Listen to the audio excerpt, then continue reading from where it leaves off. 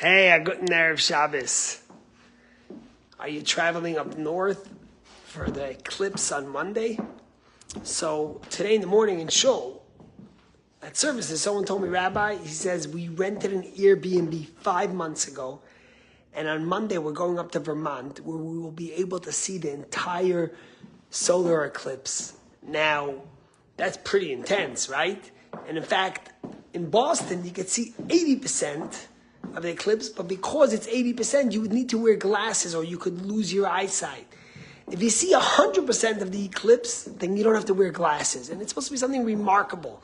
In fact, I saw today from one of the meteorologists that he said the next time we will have a full solar eclipse in Boston will be 2079. That's 55 years from now. But it's interesting because Monday night is Rosh Chodesh.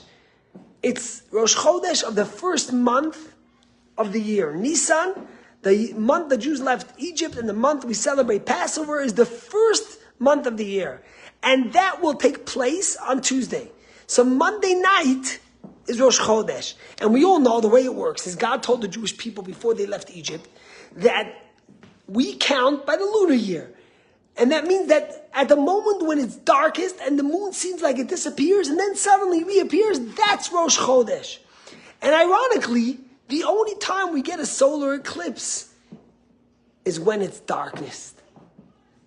When it's at the end of the month for the moon. The question the rabbis ask is like this.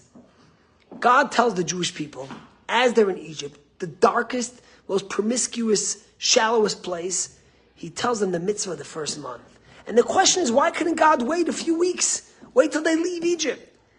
And the truth is, the message that God was telling the Jewish people is that in your darkest moment, when you're in Egypt and you're enslaved, and you're suffering, and you're under Pharaoh, at that moment is when you have your eclipse, your solar eclipse, when you shine brightest. And that's why God specifically told the Jewish people about Rosh Chodesh Nisan in Egypt. Because ultimately, that's the message of the Jewish people. And that's why we celebrate Rosh Chodesh by the moon. Because isn't that our story? At our darkest moments, at our weakest moments, we shine brightest. The truth is, it's been a tough couple of days. Yesterday, so many Jews were so disappointed as we felt that our president threw Israel under the bus, literally criticizing Israel and demanding that Israel make more concessions, almost like rewarding Hamas. And what happened today, of course? Hamas rejected the ceasefire offers because the more we pander to Hamas and the more America tells Hamas that it could continue doing what it does, then it gets stronger. So you're feeling pain. We're feeling sad. But today is Shabbat Mevarchim tonight. We're blessing the new month of Nisan. Tomorrow in Shul, we're going to take out 2 Torahs. And in one of them, we're going to read a portion of Shemini. And in the second one, we're going to read a portion of Achodesh Hazalachem, God's commandment. In the darkest of Egypt, at the moment when the Jews were in the most suffering, this month will be the new month for you. You will have an eclipse. You will, through the darkness, shine brightest. And that's been our story in our history ever since.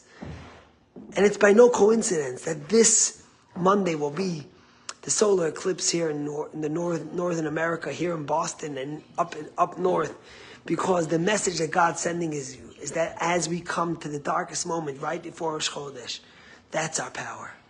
And that will be the story of the Jewish people. No president, no senator, no leader of the majority leader, they could say whatever they want. But ultimately, our story is that when it looks bleakest, we grow strongest. Be proud, be happy, celebrate Shabbos, come to Shul, listen to us, bless the new month of Nisan. Nisan means miracles. The rabbis tell us that in Nisan we were redeemed from exile of Egypt, and in Nisan we will have our salvation now. May it happen speedily in our days, through miracles and joy for all the Jewish people. And remember that it might seem bleak outside, but we will eclipse it. Shabbat Shalom.